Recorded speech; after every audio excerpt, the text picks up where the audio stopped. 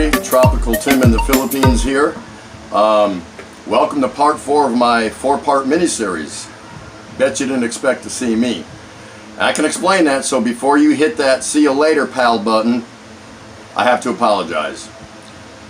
Due to the inefficiencies of my abilities to properly manage my camera data and backlog of photos, I was having a difficult time downloading part 4, and so it was suggested to me that I go and empty some of my trash, which I had a ton of it. I hadn't been doing it, and I felt kind of hurried and rushed. So when I went there, I think I hit the all button or something, and it deleted everything. It didn't even save it to my Google Photo app, nothing. So it's gone. A lot of things are gone, and that's okay, but I really apologize for that.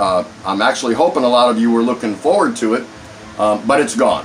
And so I just wanted to say that to you, dummy here, and just kind of do a recapitulation or recap for short on my adventures on the high seas. So I wanted to tell you all what you missed.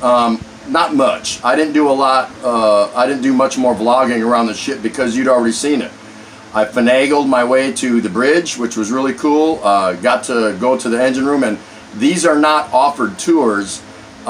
Initially there was a little resistance, but you know, I just used my charm and everything else, and I told him, I said, hey look, I'm a vlogger and I live here in the Philippines now, and I did better part of 20 years in the Navy, so I feel comfortable walking around various spaces and decks on the ship. So come on, how about it? Just please, please, please.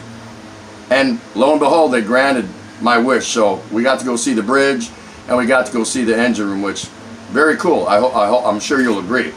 So I didn't do any more of the ship's video. So what you missed was us docking pierside in Quran. We weren't able to leave the ship. It was just offloading passengers and their gear and onloading more passengers and their gear for the final trip to Manila.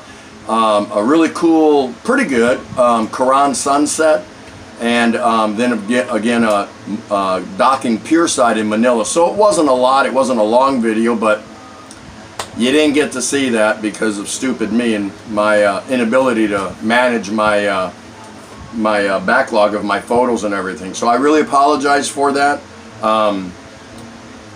The cruise itself is worth it. It's like, you know, a better part of $40. The meals are free. Not very good. I even saw Filipinos that were kind of like, no, they were good. They didn't want it for whatever reason. So, and $40 gets you into the cattle corrals where there's multiple beds, you know, stacked 3 high and things like that. Very tight quarters. The ship is air conditioned, so that's kind of cool. But it's really a cheap cruise. Now you can upgrade, and I recommend that, to at least a 4-man cabin. You can spend more and get the private stateroom, and that's going to cost you about another 80 bucks.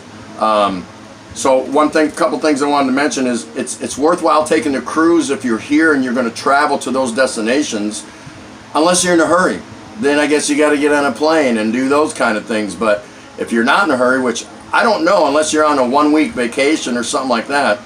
I didn't come to the Philippines to be in a hurry. Of course, I live here. I came to take it easy and kick back, and the cruise was definitely worth it.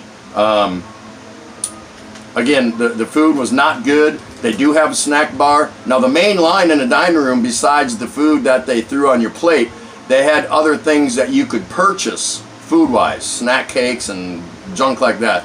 And then again, they got the snack bar, but definitely pack some munchies, some jerkies, some ready-to-eat stuff out of a can maybe, or something like that. It's only 24 hours, it's not that long, and you'll be fine. Drinks, don't bring any, there's plenty of drinks there.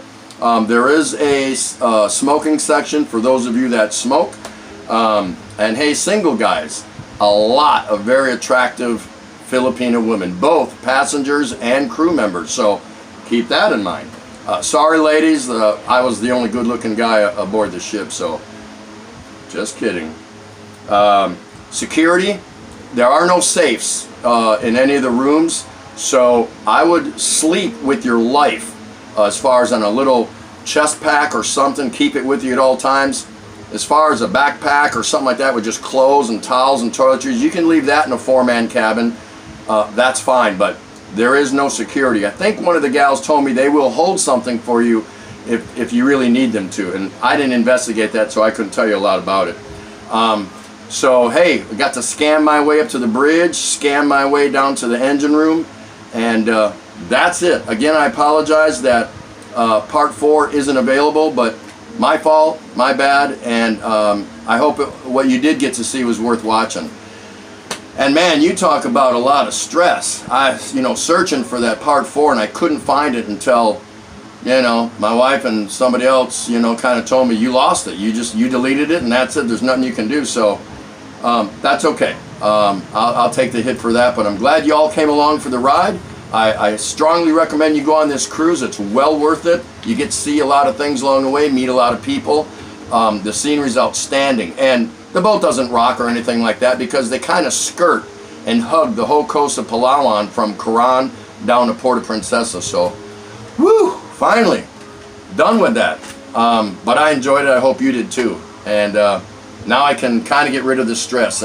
But when I get stressed out, I just reach for an ice cold San Miguel beer. I don't think so. You don't deserve this. You screwed everyone out of part 4. Yeah, but No, you've been a bad boy.